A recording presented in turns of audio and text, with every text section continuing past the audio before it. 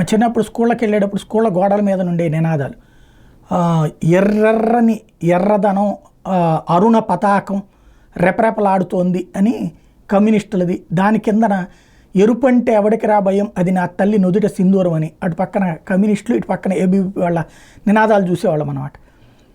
సాధారణంగా బీజేపీకి ఎరుపు అంటే పడదని, కమ్యూనిస్టులకి కాషాయం అంటే పడదని అంటారు. ఒరిస్సాలో ఇప్పుడు భారతీయ జనతా పార్టీ ప్రభుత్వం ఏర్పడింది. అదేంటో ఈ రెండింటిని జాయింట్ చేస్తుంది ఆ ప్రభుత్వం.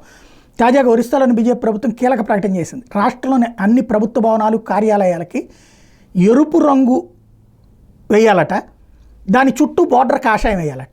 ఇది బుధవారం ఓ అధికారిక ప్రకటన.